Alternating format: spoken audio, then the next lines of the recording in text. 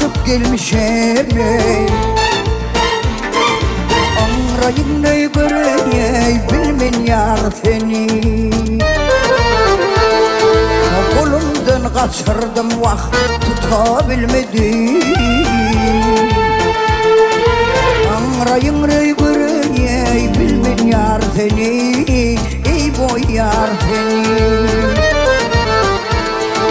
Bir kuş idim diye Vanı tutulmuş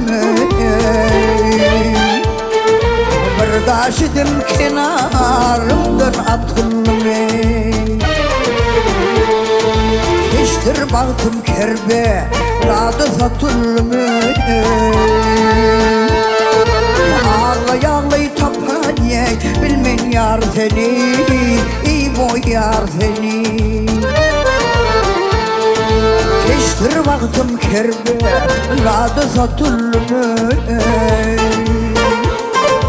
İlay ilay tapayek Bilmen yar seni Ey boy yar seni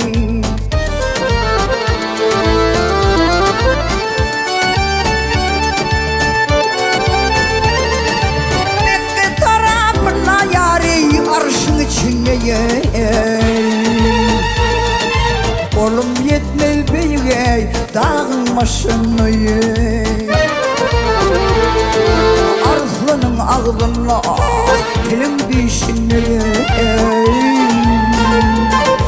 Böyle böyle göreyek bilmen yar seni Ey boy yar seni Aşık oğlun bir söz bir şanıya Ahır kalım men garibim kanına Yemin ediyor şolu ulanın yanına